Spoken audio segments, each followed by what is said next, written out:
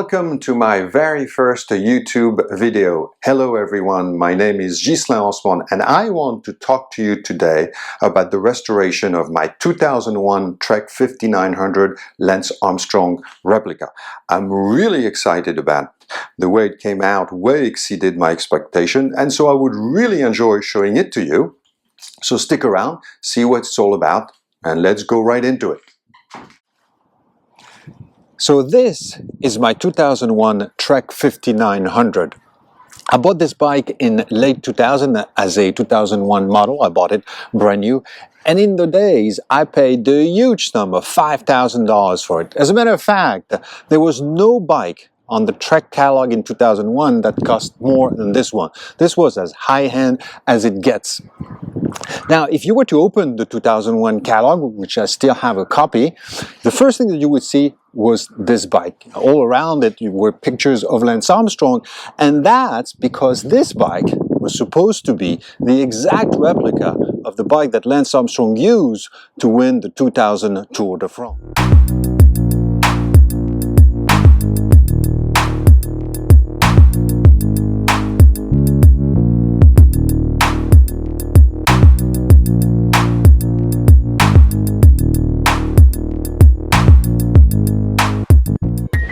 It was equipped with all high-end components. It had a complete Shimano Dura 7700 group set that included the seat post, the drivetrain, and the brakes. It had Icon steering, stem, and bar. But the most important part in this bike was undoubtedly the frame, the carbon frame. Now, it was made of OCLV 110 carbon. It was made in the United States by Trek.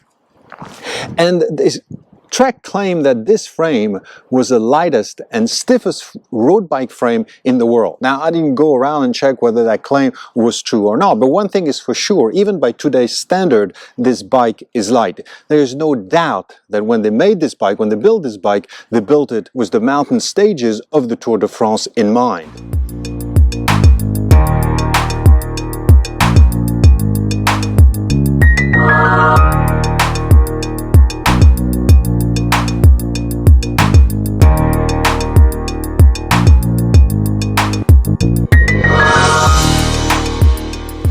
I love this bike. I've ridden this bike all over the place. I've put tons of miles on it. I have raced it. This is a great bike. But it's 20 years old, and after 20 years, it was starting to look like an old bike, to feel like an old bike, and I just was not enjoying riding it anymore. So I decided that it was time for a rebuild. I wanted to restore it to like-new condition. But I was not going to do that unless I knew for sure that the frame was impeccable, was in mint condition. There's no point in rebuilding a bike if you don't have a good frame to start with. It's just throwing good money after bad. So I had the frame scan for cracks, voids into the frame. And when I brought it to the place where they did the scanning, they made it very clear to me right away that they were very skeptical about this frame for two reasons. One, it was a 20-year-old frame, and two, considering the amount of miles I put into it, they didn't have much hope. They came back and they literally were blown away by the condition of this frame. So yeah, it was good to go, and I restored it. Now, unfortunately, I did not take any before picture, but I will walk you through everything I did on this bike.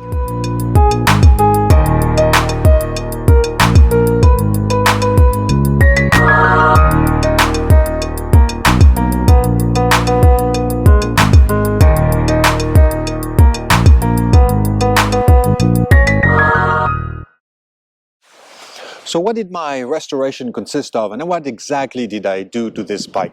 Well, I had it completely put apart and rebuilt by a professional bike mechanic, and every part that was worn or not functioning properly was replaced. So we replaced the bar tape, easy one. The headset is new. So is the bottom bracket, the big chain ring. The front derailleur is new. The cassette, the chain, and the wheels. The original wheels were Rolf Sestriere wheels. And the Rolf Sestriere wheels were very light wheels, but they had a problem. They were very fragile.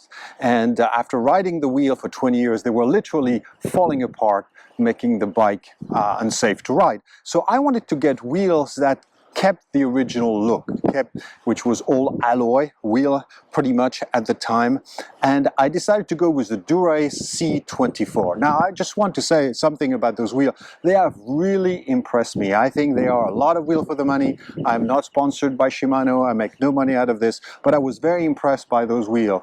They feel fast, they are comfortable, and I think they were really a lot of wheel for the money. So that has been a nice surprise, and I think they look fantastic on top of that. So here you go.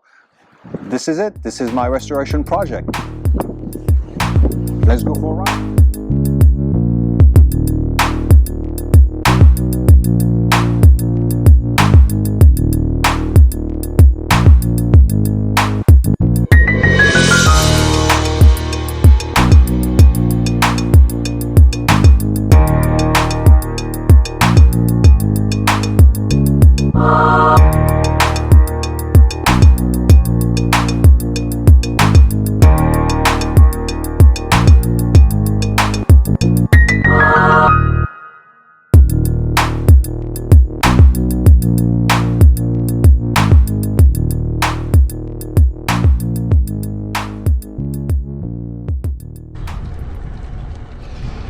Well, this bike feels like a new bike.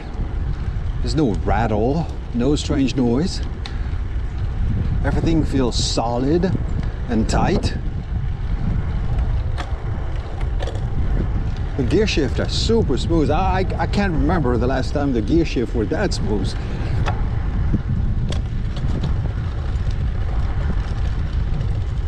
I love it.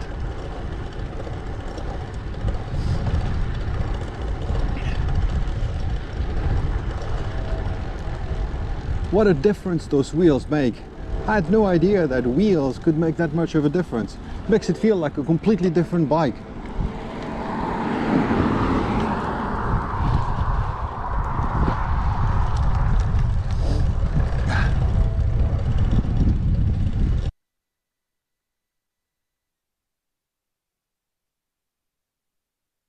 I'm gonna enjoy this. This is gonna be fun.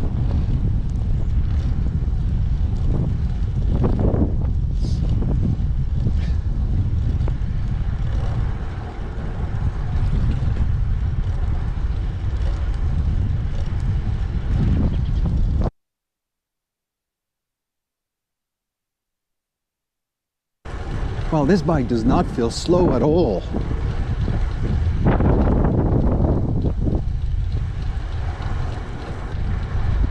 Crappy weather, rains, a lot of wind.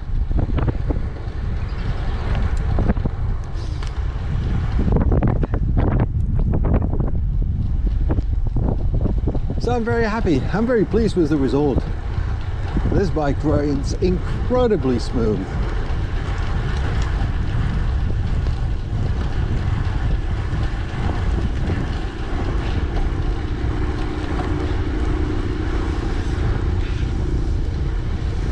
Everything works perfectly. It handles beautifully.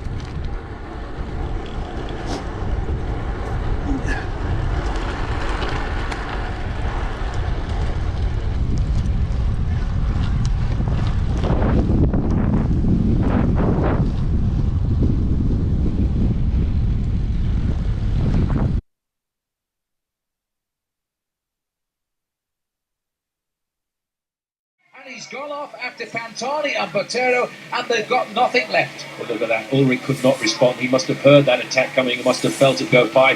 He looks at the Colombian rider. How are you doing? Thank you very much. Goodbye. I'm now going to chase after the pirate. He's chasing just one man on the road, the man who's in the pink jersey of Mercatoni Uno, and there he is, just there. Well, this is an incredible demonstration of the sort I don't think I've ever seen in the Tour de France, because Armstrong is toying with the top names of the cycling world. He left them and they knew he was going because they couldn't even raise the pedal length. Now he sprinted straight past Santiago Botero and he's coming up to Pantani. And what will the pirate do when this man gets on board? Well, he'll try and kick again. He's trying to accelerate, but you're not going to stop the onslaught of Lance Armstrong. The man from Austin, Texas, is controlling this bike race the only way he knows how. In the Pyrenees, he told us he wasn't interested in the stage, but he's taken a real good look at Marco, almost is saying, the back wheel for you, Marco, jump on if you can. And Marco has done just that. But I think this time... I would be curious to find out how many watts Lance was putting up going up that climb. Well, there you have it. So tell me what you think. Tell me what you think about my restored Trek 5900. Tell me what you think about my very first YouTube video. Tell me what's your mind. I will respond to every comment I receive, and I do hope that you join me in my next video, and I'll tell you a little bit about it. In my next video, I'll be comparing my Trek 5900 to this 2020 high-end road bike, a BMC Team Machine SLR 01. What is the difference? Does 20 years of technological advancement makes this bike obsolete? Is this bike really that much slower than this bike? Let's find out together. So thank you for watching. I had a lot of fun doing this video. I hope you enjoy it. Have a great day, everyone.